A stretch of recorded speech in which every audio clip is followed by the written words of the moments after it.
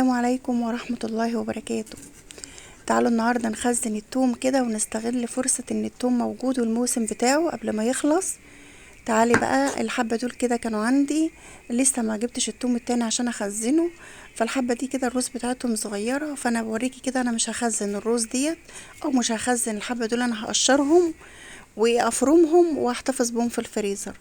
بس بوريكي كده لما تجيبي توم بتجيبي الراس الحمراء، ما تجيبيش الراس البيضة لانها بتفرغ بسرعة وما بتطولش معاكي. وبوريكي ازاي انت بتربطي كده العنق من فوق بتاعة التوم وبتعلقيها او بتحطي تحتها حاجة وبتحطها في الارض مباشرة، بس يكون تحتها ما بينها وما بين الارض او البلاط بيكون تحتها كرتونة او اي حاجة. تعالي بقى، انا خدت العيدان كده بتاعت التوم لسه خضرة، هستغلها برضو مش هرميها. وكده قشرت الروس بتاعتها، هحتفظ برضو بالقشر كده اللي بيطلع من التوم وهعمل منه توم بودرة. انا كده قدامي بقشر كده عشان ايه اقصر من وقت الفيديو. قشرت كده كمية من التوم، اي كمية بقى انت هتحتفظي بيها، وهقولك ازاي تخزنيه من غير ما يغير لونه ويفضل محتفظ باللون الابيض لاخر قطعة فيه. انا كده قشرت كمية كده من التوم، ومعظم الاكلات بتحتاج للثوم وبيدخل في معظم الاكلات وفي معظم التتبيلات. فانت كده هتقشري لك كمية وتشتري من وقتك وتوفري من وقتك وتعب ساعة ولا كل ساعة. انا هنا دلوقتي احتفظت بالعنق ده، بس هطلع بقى العصاية اللي بتبقى خشب دي، ما بتنشف بتبقى خشب كده وبتبقى قوية، ممكن تكسر معاكي الكبة. انا كده اتخلصت منها كلها. بوريك ازاي بتخلص منها. بجيب السكينة بشق كده العين اللي معايا تمام كده وبتخلص منها. بجيبها من على اخر كده ما هي مبتدية، وبقوم قطمة كده بتبقى طرية من تحت فبتتقطم معايا بسهولة. هنا بقى خدت كمية من القشر كده على ما خلصت باقي التوم، حطيته بقى في الاير فراير. وهنا رناد بنتي قالت يا ماما انا عايزه اصور المقطع ده، فقلت لها يلا يا رناد، يلا اشتغلي وساعدي ماما. ربنا يبارك في بنوتي وفي بنوتاتكم وفي بناتكم وبنات المسلمين اجمعين. تعالي بقى، انا دخلت بقى القشر في الاير فراير. لو انت عايزه تدخليه بقى الفرن تدخليه في اي حاجه تحمصيه علشان يحمص معاكي، وكل شويه بتقلبيه. هاخد بقى كميه التوم اللي انا قشرتها وعلى الكبه وهفرمها. في بقى اللي بيحب يفرمه فرم ناعم، وفي اللي بيفرمه فرم متقطع. انا هفرمه بقى ايه الفرم المناسب. هنزل كده بمعلقتين من الملح، ودي يعتبر مادة حافظة. وهنزل برضو بزيت، في ناس ما بتحبش تنزل بزيت، بس انا يعني بعتمد على طول الزيت وبعمله على طول، وبفضل معايا التوم جميل ومحتفظ بلونه لاخر قطعة فيه. وكده فرمت اهوت اول كمية انا قشرتها، وبيتقشر معاكي بكل سهولة، يعني عشان هو لسه اخضر فتلاقي القشرة مش قوية قوي معاكي، بتتقشر بكل سهولة. هات بقى تخزنيه ببرطمانات زي ما انت حابة. انا هخزن كده في اكياس وهحتفظ فيهم، واطلع كيس كيس استخدمه، لانك انت لو حطيت الكمية كلها في حاجة واحدة وتاخدي منها، فمجرد ما يدخل الهواء بيغير اللون بتاعه وبيبدأ يصفر. فانا جربته كده وجربته كده. لما تاخدي كده كمية كمية في كيس وتستخدمي منه وتقفليه كويس وتحطيه في الفريزر، ما بيغيرش اللون بتاعه معاكي. كده انا بقى هوزع الكمية على كام كيس علشان اشوف يعني على حسب الكيس هيكفي معايا قد ايه. هاخد بقى باقي الكمية، وطبعا انا عملت الكمية ديت وبعدين قشرت برضو وخلصت كل التوم اللي معايا. بس انا كده بجيب قدامكم كده يعني مقتطفات كده علشان تشوفوا الطريقة ازاي. وطبعا انا ما بعلمكوش لان احنا كلنا بنتعلم من بعض. وكل سنة وانتم طيبين، ومنذكر بعض برضو فيديوهات منذكر بعض بيها بتنفعنا وبتنفع في مطبخنا ما بنستغناش عنها. وزعته بقى كده في الكياس. توزعي بقى يعني انت مش مربوطة بكمية معينة او انك انت تعملي كمية كبيرة او صغيرة، المتوفر معاكي. انا بحبه كده احطه في الفريزر، كل ما احتاج باخد منه، يعني ما بيضيعش وقت الواحد وبنشتري الوقت كده، وعلشان الواحد يدخل المطبخ يخلص على طول الاكلة ويخرج على طول. هنا بقى كده هجيب علبة علشان ريحة التوم زي ما احنا عارفين ان هي الريحة قوية، ولو حطيتها في الفريزر وانت مستخدمة في الفريزر حاجات تانية فهتاخد من ريحة التوم. انا همسك الكياس كده اطلع منها الهواء، وهفردها كده على مستوى او بطول العلبة اللي انا هخزن فيها، علبة التخزين.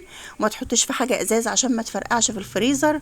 ولو عندك ديب فريزر بتحطي الحاجة فيه، يعني الحاجات اللي انت بتحتفظي بيها اللي هي ريحتها قوية اللي تبع الخضار، ما بيطلعش ريحة على باقي الأطعمة اللي في الفريزر.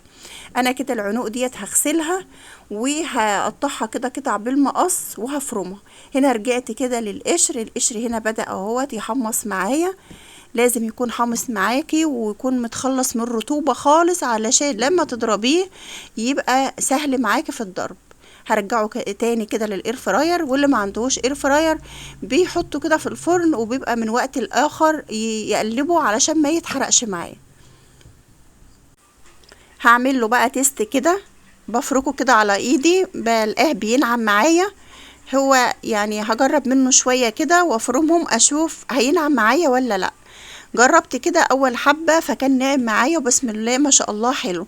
يعني في ناس كتير تقول لي انت بتعمليه ازاي يا مروة، لان الاول قبل ما كنت افتح القناة وفي حد يشوف عندي بودرة التوم يقول لي انت بتعمليها ازاي، فكل ما بنيجي نعمله ما بينجحش معانا. لا بينجح بكل سهولة اهو، بس رقك انك انت تحمصيه كويس.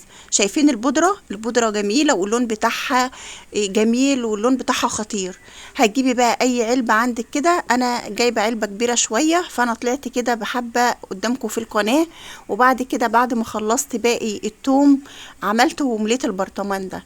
الريحة بتاعته قوية، والنهاردة بقى عشان تشتري ب20 جنيه على الاقل من التوم البودرة بيجيلك يجي حوالي معلقتين ما بيكملوش. هحط عليهم بقى شوية ملح كده وانا بضربهم برضو.